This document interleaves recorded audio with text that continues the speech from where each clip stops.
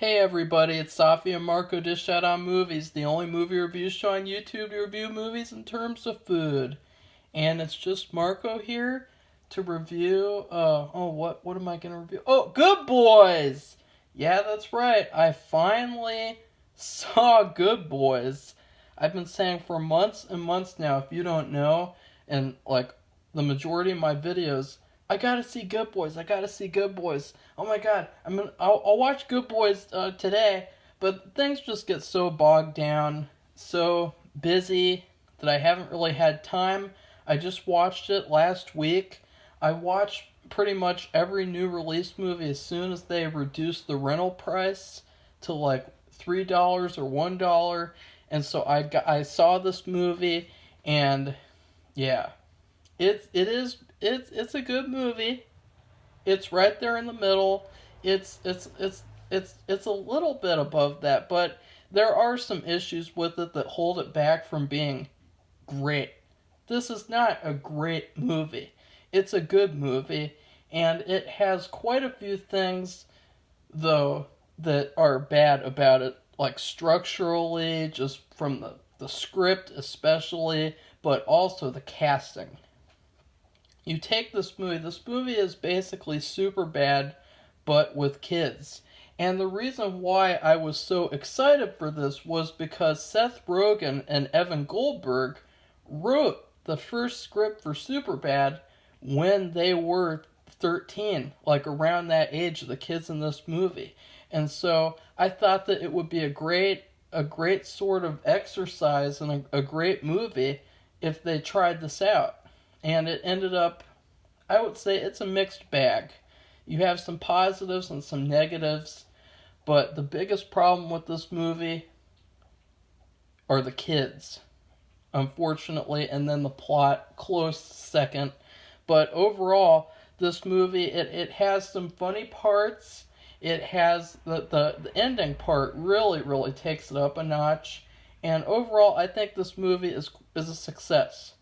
I think that if they did one sequel to this movie, or maybe they did a crossover between these kids and then the adults from Superbad, then that would be like a fun sequel if they ever wanted to do that. But anyways, this movie's casting is bad in terms of the kids because you can tell that these kids are LA actor kids. These are goody kids who don't swear because they're too afraid of getting in trouble. Normal kids, they swear all the time, especially around this age. When they get into 6th grade, ooh boy, they get really dirty, really nasty. And these kids, they really feel like they're being forced to say these words. Not like in a negative way, but just it doesn't come natural to them because they're goody kid actors. And so I really think that that's the downfall of this movie, is that you have what could have been Superbad but with kids, but it feels more like what would I say this? You know what? They did this movie better. It's called Role Models, and I highly recommend it. It actually stars McLovin from Superbad, and it also stars this black kid named Ronnie, and he swears very naturally, and I think that movie does a much better job at handling the whole kids swearing. I mean, that kid, he's a talent, and he should have been in this movie as the main kid or something like that, because he did a great job, and you could tell he was not an LA actor kid who never swears or anything like that. And then another example, kind of a mixed example, is Kick-Ass, when you had Chloe Grace Moretz, whom I've met in real life actually once before she got really insanely feminist, insane. I met her, and she was in Kick-Ass, and that's her best and only good movie, in my opinion, that she's ever made.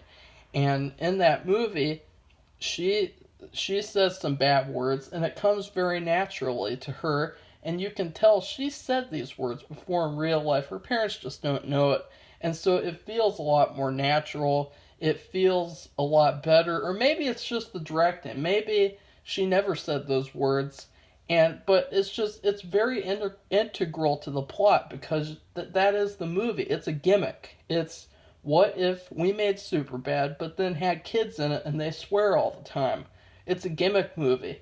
Seth Rogen makes a lot of gimmick movies nowadays. As a matter of fact, he's made Green Hornet.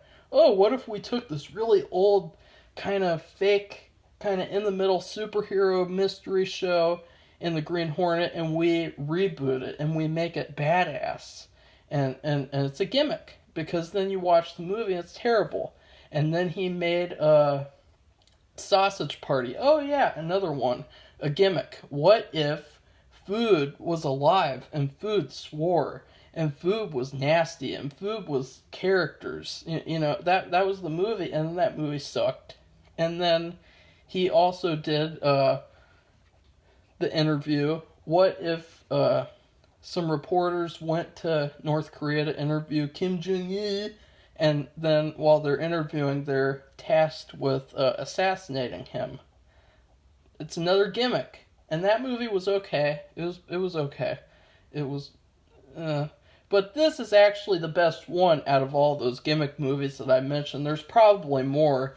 I mean, I don't really see all of his movies because I'm not really interested in seeing a movie I know will be bad unless people want to watch me review it. And so, yeah, this movie, it's got a lot of issues as well as some good things. The good things in terms of casting is the girls, the teenagers. I loved those two teenage girls. I thought they were a huge surprise and a great villain for the movie because in the trailer it kind of made it look like the girl and her boyfriend were going to be the villains. But then in the movie you find out really it's just those two girls. And they are nasty. And they're great actors, actually. And they did a great job in this movie. And let's talk about another character I hate. Because the dad of the main character, Max, in this movie, I hate him with a passion. He's a horrible dad. He has this funny scene at the beginning where he gets really awkward, but it's kind of like ripping off American Pie. And so he gets really awkward while his son is doing things while looking at a World of Warcraft ogre woman character, and he has like a contraption that makes it so that the door is shut, and so his dad gets really awkward, but then later on in the movie he says some really nasty, evil things. And this is not a spoiler. I mean, he's hardly in the movie. I mean, you know that this character is going to have a dad who plays a part in the story. So you know. His dad says, I'm always going to love you because you're my son, but I hate you. And you're a disgusting piece of crap. And I don't care about you at all, but you're my son, so I'll just pretend to care. I'll just pretend to love you. Like, what the hell? What? What kind of a father talks like that? And they could have made it like a character arc, like he says that, and then in the third act he redeems himself, and he changes his mind, and he says, I was saying some nasty things. I was talking out of line. I wasn't being myself. I'm really sorry that I said that to you, but no. It's serious. I hate you, but I'll pretend that I love you because you're my son. Oh, God. What an evil, evil person. Probably one of the most evil characters this whole year. This movie, in terms of script, is very weak. It's a very weak script. Instead, and the stakes are a lot lower. The movie's very bare bones, too. Because the movie, all of it is about them getting to a kissing party, in which I never even went to a kissing party as a kid, and so it's not even relatable to me, but regardless of that, it feels very outdated, a very outdated type of a party. It definitely feels like they should have made this in the early 2000s, and because that's what it feels like, and that's the whole plot, is they have to get to this kissing party, where they just kiss each other once and then that's it. Like, what? That's not how it works. That's not. Come on. And so I didn't like that, and and then also the plot in terms of the script.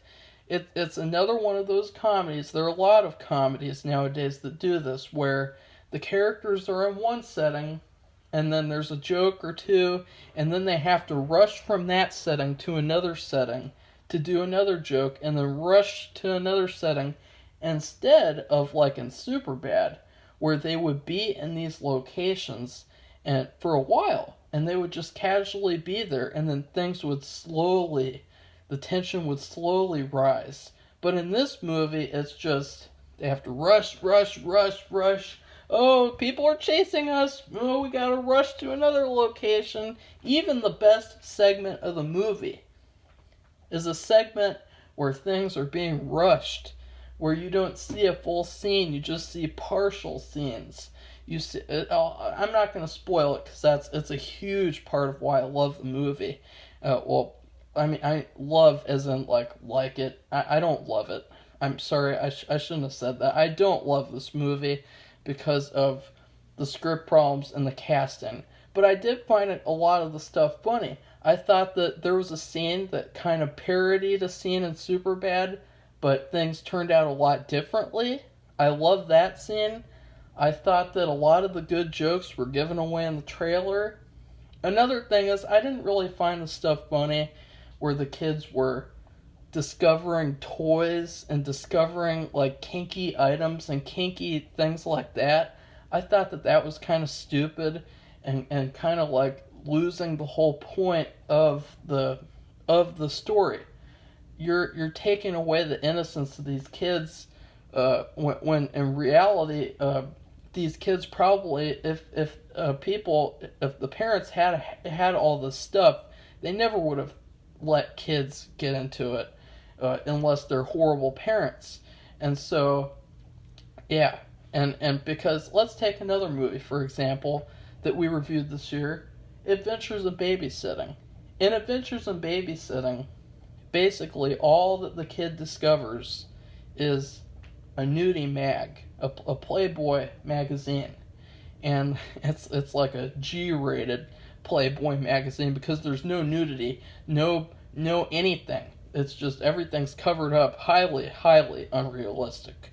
And by the way, but in this movie, it's like, oh yeah, everything's just left out. They can play with this and play with that. They can smell it. They can put it around their neck, and it's stupid. It's not realistic. That takes away all the mystery. It takes away all of the feeling of this is really what would happen if kids were in a Superbad movie. And so, yeah, I hope I'm not giving too much away. If you watch the trailers, pretty much it gives the whole movie away. And so, don't blame me for spoiling the movie. And it also, I gotta say, my favorite kid was Lucas. Lucas is the black kid, and the reason why I loved his character the most and the actor who played him the most is because he felt the most realistic. He was a tattletale, and he didn't like saying these words because he's a goody-goody kid. That fits with the actor that they chose for all the characters. And then also his parents are getting divorced, and so he's very upset about this the whole movie. This is very realistic. I gotta say, for all the stuff I gave them about the sex toys and stuff like that, it's very accurate to issues with kids these ages. Very, very accurate.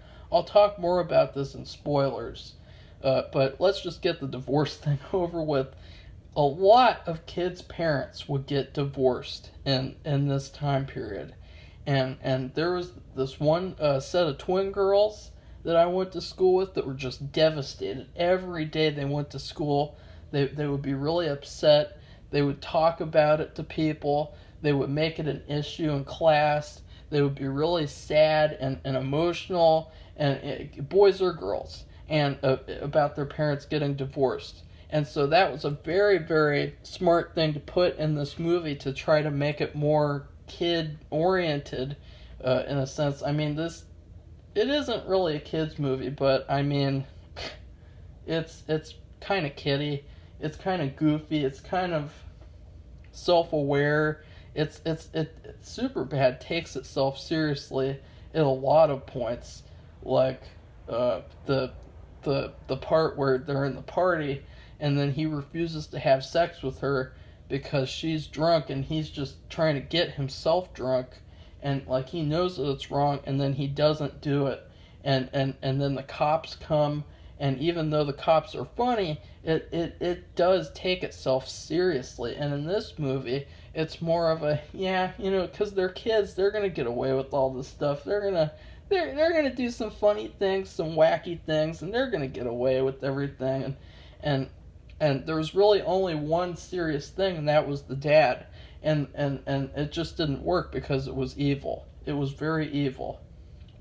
Now, after the 60-minute non-spoiler review, I gotta give this movie, I rate movies in terms of food because it's a lot more personal, it's a lot more fun, it's a lot more interesting, and you can't really compare ratings as much as when you rate things in terms of letters, numbers, thumbs up or thumbs down. You get really over analytical when you do that, because you go, hey, wait a minute, you gave Psycho 3 5 stars out of 5, but you gave this other movie 5 stars out of 5, and yet you're saying that this movie's over this movie. And people just, they can't, they're never going to get it with these ratings. When you rate things in terms of food, it makes things a lot more clear. As I was saying, I rate movies in terms of food, and this movie, I had a hard time rating. I feel like I'm cheating you guys. Whenever I'm rating movies in terms of food that I've eaten recently, I always feel kind of sad that I wasn't able to think of something a lot more interesting. And so, but this really fits for me. Kids love cereal. Even though cereal is probably one of the most unhealthy foods you can eat, I eat it sometimes for dessert, to tell you the truth. It makes for a great dessert. One of the greatest desserts that I had this year was I had Count Chocula, and then I got a peanut butter cookie, and I dipped it in the milk of the Count Chocula milk, and oh my god, perfect dessert. But this movie, I gave a cereal that I actually have not eaten because I think it is gross sounding, and a lot of people are turned off by this movie, unfortunately, just because they're so uptight about, oh, kids are swearing, that offends me, I don't like that, that's not appropriate, oh, and they don't feel comfortable, and so they're not gonna ever see this movie, or maybe they'll see it because of this review. I give this movie Fruit Loops with Lucky Charm marshmallows. Yes, Fruit Loops with Lucky Charms marshmallows. Because Fruit Loops are one of the worst cereals in my opinion. It's one of the least best. It's so overrated, and here's why. Because it's called Fruit Loops, but the flavor is sugar. It's sugar-coated cereal, so it has the sugar glaze, and then underneath that, for the actual cereal part, it is sugar flavor. One-dimensional sugar flavor. There's no fruit flavor. It's just a generic sugar flavor. And then you add the milk. It's more sugar. And it's just a sugar cereal. It is better than Cap'n Crunch, which I used to eat all the time. Cap'n Crunch is sugar death. And so this is better than Cap'n Crunch. But then, when you have all that sugar with just the Fruit Loops, you add in more sugar with these Lucky Charms marshmallows. And so you have sugar on top of sugar on top of sugar on top of sugar milk. And it makes for a cereal that's fine, because like it's fun to have those marshmallows that you get, and you get them, and you're really excited because it's like sprinkled around, and that's the humor in this movie. It's the adult humor in the marshmallows. But then the cereal itself is the kids, and it is the fact that the kids' plot is very, very flawed, and it doesn't feel natural. It feels very forced. And not forced as in like evil, as I said before, but just it does not feel as natural as it does in other movies like Role Models and Kick-Ass. But still, it is a pretty good movie, and it is near my top 10 of the year, or in my top 10 of the year, and because of the thing at the end. And now let's get into spoilers, because another issue at this age for kids is friends being friends. And this is going to get very personal, and so if you don't want to hear that kind of stuff, get out. Well, first, like this video and then subscribe to our channel, but then get out if you don't want to hear the personal BS that goes along with the spoilers. A big issue with kids these ages, like 10 to 13, is that will they be friends forever? It's also a big issue in Superbad, but it's a lot more reasonable because they're moving away to separate places to go to colleges. But in this movie, a lot of kids these ages, they branch off, they go off to be friends with other people. And I know this for a fact. It is such an accurate thing to do in this movie. They have this montage at the end. Sorry about that. Where all the kids have gone off and to do different things. One of the kids does the anti-bullying patrol, those PC kids who walk around with vests, and they're basically just asking to get beat up, if you ask me, and they're enforcing the rules and all that crap, and then you have this other kid, and he became a singer, and he's singing through the whole sequence, and then you have the main kid, and he's become a popular kid, and it really, and it's starting to make me tear up just thinking about this montage, because it was such an incredibly powerful thing to do after you've had this comedy to just end it on this strong montage of these kids growing up, and the main kid, and it's kind of funny too because the main kid he keeps hooking up with different girls, and they just pass each other around like they do. And I'm sorry, but that's just the truth. These groups of friends, they just pass each other around like they're toys, and it's true. It's very true. And then at the end, it actually is funny as well as sad, because the two girls that he was hooking up with turned out to be lesbians, and that was just hilarious. And that was probably the funniest joke of the movie. But then they kind of ruined it, because then they had this thing where they met up at a party, and you realize they didn't really grow up that much at all.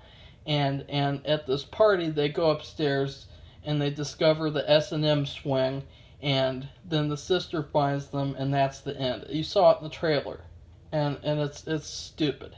What a stupid, dumb ending. It totally ruins that powerful montage. In my opinion, they should have cast older versions of these kids, or they should have had the guys from Superbad play them as older people, and that would have been epic. And so, to get to the personal stuff, it is very, very relatable, because I had two best friends, just like in this movie, a group of three. One of them stopped being friends with me at this age to become a popular kid, and exactly like in this movie. And the other kid stopped being friends with me because he was his parents were religious freaks. And I won't say which kind of religion, but they were overly religious. They were insane, whack jobs, and so he was not allowed to be friends with me anymore. And so this whole thing, it's such a fantastic idea to do that kind of thing in this movie.